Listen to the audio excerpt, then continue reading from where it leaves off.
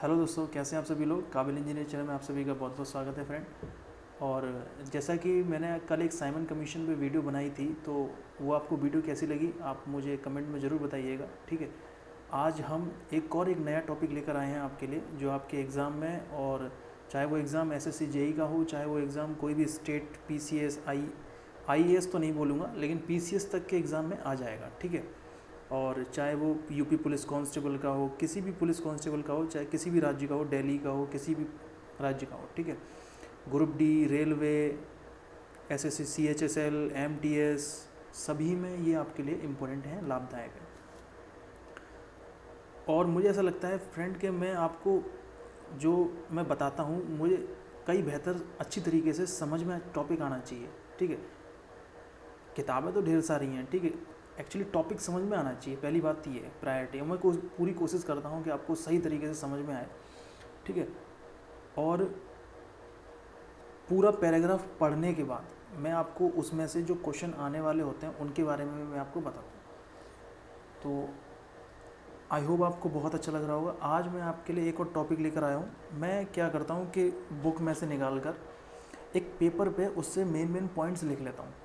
ठीक है, एक तरह का पैराग्राफ लिख कर फिर मैं आपको बताता हूँ। ठीक है, तो मुझे ऐसा लगता है कि कहीं तक बताने में और अच्छा आपको समझ में आएगा। ठीक है फ्रेंड, तो कल मैं साइमन कमीशन लेकर आया था। साइमन कमीशन मैं नहीं लेकर आया था, मैंने पढ़ाया था उसको। 1928 में आया था साइमन कमीशन। मैंने उसका कारण भी आपको बताया था कि वो किस कारण की वजह से साइमन कमीशन आया था। ठीक है, तो मैं आज आपको पढ़ाने वाला हूँ फ्रेंड रॉलेट एक्ट, जिसके बारे में कई बार एग्ज़ाम में आ जाता है फ्रेंड, और ये इम्पोर्टेंट है आपके एग्ज़ाम के लिए। यहाँ से भी प्रश्न आपके एग्ज़ाम में बनते हैं। तो मैं पेपर पर देखूंगा, ठीक है, और मैं आपको बताऊंगा, समझाऊंगा। पहले पैराग्राफ पढ़ता हूँ, उसके बाद यहाँ से जो भी एग्ज़ाम में क्वेश्चन बनते हैं वो मैं आपको बताऊंगा। ठीक है फ्रेंड, चलिए तो हम लोग स्टार्ट करते हैं। तो फ्रेंड रॉलेट एक्ट सन 1919 में आया था। कब आया था? रॉलेट एक्ट सन 1919 में आया था। और पहले मैं पैराग्राफ पढ़ देता हूँ, फिर मैं आपको बताऊंगा कि इसमें क्या क्या हुआ था, कैसे कैसे क्वेश्चन बन सकते हैं यहाँ से।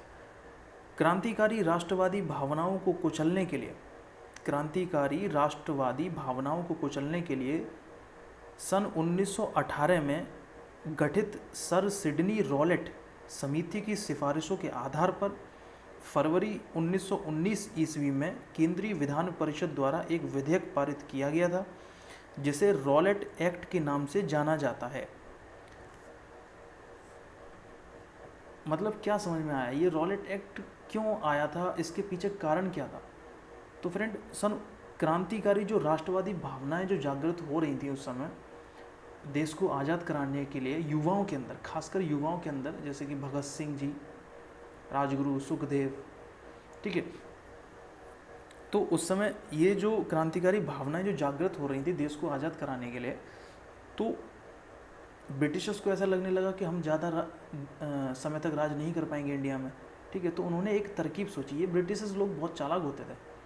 ठीक है, ये पहले ही भाप लेते थे कि कोई क्रांतिवादी गतिविधियाँ तो नहीं जन्म ले रही हैं इंडिया के अंदर, तो इन लोगों के पास पावर तो थी, एक्ट लाकर पुलिस इनके साथ, सब कुछ इनके साथ, तो ये तुरंत एक्ट लाते थे। ठीक है, तो रॉलेट एक्ट का मुख्य कारण अगर आपसे पूछा जाए तो क्रांतिकारी राष्ट्रवादी भावनाओं को कुचलने के लिए यूपीएससी जो आईएएस एग्ज़ाम होते हैं उसमें तो लिखने को आ जाता है मेंस में कि रॉलेट एक्ट का मुख्य कारण क्या था। तो आप जो यूपीएससी की तैयारी कर रहे हैं बच्चे, वो डायरेक्टली वहाँ पे लिख सकते हैं कि क्या कारण था इसके पीछे रॉलेट एक्ट का। सन 1919 में आया था रॉलेट एक्ट। कई बार सिंपल जो छोटे डेली बेसिस के एग्ज़ाम होते हैं उनमें तो यही पूछ लिया जाता है कि रॉलेट एक्ट आया कब था। ठीक है फ्रेंड, तो ये आप, मुझे ऐसा लगता है कि ये इम्पोर्टेंट है, ऐसा लगता है क्या है ये इम्पोर्टेंट। ठीक है, तो क्रांतिकारी राष्ट्रवादी भावनाओं को कुचलने के लिए सन 1918 में ही उन्होंने मतलब पूरी कोशिश कर ली थी कि इसको ख़त्म करना है, क्रांतिकारी राष्ट्रवादी भावनाओं को। ठीक है फ्रेंड, तो एक गठित की गई थी सिडनी रॉलेट समिति। कौन सी थी? सिडनी रॉलेट समिति जो है वो गठित की गई थी। सिडनी रॉलेट समिति की सिफारिशों के आधार पर फरवरी 1919 में केंद्रीय विधान परिषद द्वारा एक विधेयक पारित किया गया जिसे रॉलेट एक्ट के नाम से जाना जाता है। ठीक है, इस एक्ट के द्वारा अंग्रेजी सरकार जिसको चाहे जब तक बिना मुकदमा चलाए जेल में बंद रख सकती थी। उसको पीट सकती थी, उसको जान से मार भी सकती थी, ना तो उसकी कोई दलील होगी, ना ही उसके ऊपर कोई भी केस। जैसे कि आज जो हमारे भारतीय संविधान में कोई भी पुलिस वाला जो है किसी भी व्यक्ति को 24 घंटे से अधिक मतलब हवालात में नहीं रख सकता, उसको मजिस्ट्रेट्स के सामने उसको पेश करना पड़ता ही पड़ता है। लेकिन इसमें ऐसा कुछ नहीं था रॉलेट एक्ट में। इसमें कोई भी व्यक्ति अंग्रेजों द्वारा अगर अंग्रेजी सरकार जिसको चाहे जब तक बिना मुकदमा चलाए जेल में बंद रख सकती थी।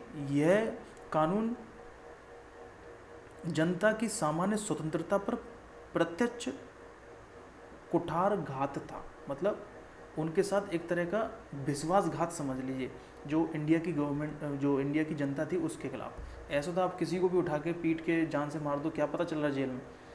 ठीक है, ना ही आप कोर्ट के सामने पेश कर रहे हो उसको, कुछ नहीं। तो ये इस तरीके का ये कानून था रॉलेट एक्ट। ठीक है, इसलिए भारतीय जनता ने इस कानून को काला कानून कहकर कटु आलोचना की। मतलब ब्लैक लॉ, एग्जाम में कई बार क्वेश्चन पूछा जाता है ब्लैक लॉ कौन सा लॉ है?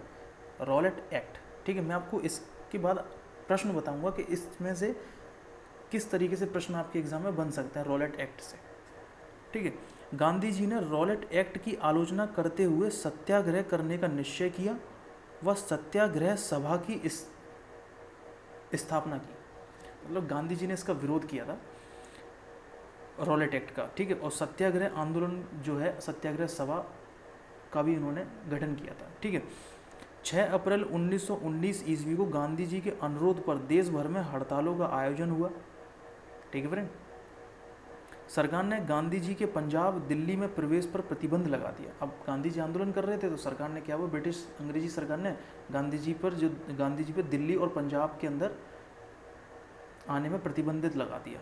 ठीक है फ्रेंड, सरकार ने गांधी जी के पंजाब और दिल्ली में प्रवेश का प्रतिबंध लगा दिया। 9 अप्रैल 1919 को गांधी जी के दिल्ली में प्रवेश करते ही उन्हें गिरफ्तार कर लिया। इससे जनता में आक्रोश बढ़ गया। अंततः सरकार ने गांधी जी को बंबई ले जाकर रिहा कर दिया, परंतु आक्रोश कम नहीं हुआ और जलियांवाला बाग की घटना घटित हो गई। समझ में आ रहा है आपको? जलियांवाला बाग की घटना भी तो सन 1919 के अंदर ही तो हुई थी। ठीक है, अगली वीडियो मेरी जलियांवाला बाग हत्याकांड पर ही होगी। ठीक है, तो कोशिश करूँगा उसमें मैं आपको बहुत अच्छी तरह समझा पाऊँ। ठीक है, तो अब मैं आपको बता देता हूँ कि रॉलेट एक्ट से संबंधित कौन कौन से प्रश्न आपके एग्जाम में बन सकते हैं। पहला क्वेश्चन, आप क्वेश्चन सुनते जाइए या फिर क्वेश्चन लिखते जाइए या फिर क्वेश्चन सुनते जाइएगा।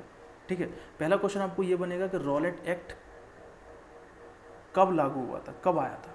सन 1919। रॉलेट एक्ट निम्नलिखित में से किससे संबंधित है? 4 ऑप्शन दे देगा, एग्जामिनर पूछ लेगा किससे संबंधित है। तो इसमें ऑप्शन दे देगा कि राज्य सरकार को बदलना, केंद्र सरकार को बदलना, या फिर कोई मुकदमा लड़ना, और एक ऑप्शन दे देगा कि किसी भी व्यक्ति को पकड़कर उसको जेल में बंद कर दो बिना किसी पूछताछ के। एक ऑप्शन ये दे देगा।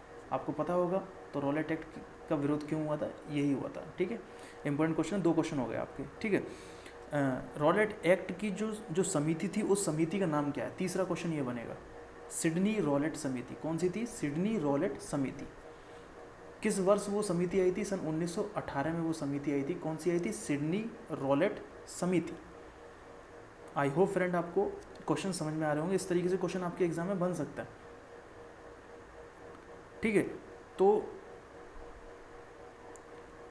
इसको किस नाम से जाना जाता है? इसको रॉलेट एक्ट के नाम से जाना जाता है। ठीक है, अच्छा, इस रॉलेट एक्ट का विरोध हुआ था, इसका मुख्य कारण क्या था? इसका मुख्य कारण ये था कि किसी भी व्यक्ति को जब तक चाहे तब तक जेल में बंद रख सकते हैं, मारपीट कर सकते हैं, उसको जान से भी मार सकते हैं, कोई पता नहीं है। इसका मुख्य कारण ये था इसके विरोध का। ठीक है, रॉलेट एक्ट, ध्यान रखिएगा। रॉलेट एक्ट का विरोध किसने किया था? तो रॉलेट एक्ट का जो विरोध किया था वो किया था महात्मा गांधी जी ने। ठीक है, सत्याग्रह आंदोलन जो शुरू किया गया था, सत्याग्रह सभा, उसके पीछे कारण क्या था? Rowlatt act.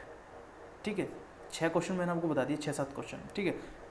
8th क्वेश्चन ये है कि रॉलेट काला कानून किस एक्ट को कहा जाता है, या फिर ब्लैक लॉ किस एक्ट को कहा जाता है। तो रॉलेट एक्ट को ही फ्रेंड ब्लैक लॉ के नाम से जाना जाता है, ठीक है, इंपॉर्टेंट है, ध्यान रखिएगा। सत्याग्रह सभा का स्थापित करी गई थी, गांधी जी किसका विरोध कर रहे थे, रॉलेट एक्ट का विरोध कर रहे थे, ठीक है। अच्छा, रॉलेट एक्ट का विरोध करते हुए गांधी जी को कहाँ पर प्रतिबंधित कर दिया गया था, कि आप नहीं आ सकते, दिल्ली और पंजाब। ये भी क्वेश्चन आपके एग्जाम में पूछा जा सकता है। तो महात्मा गांधी जी को कब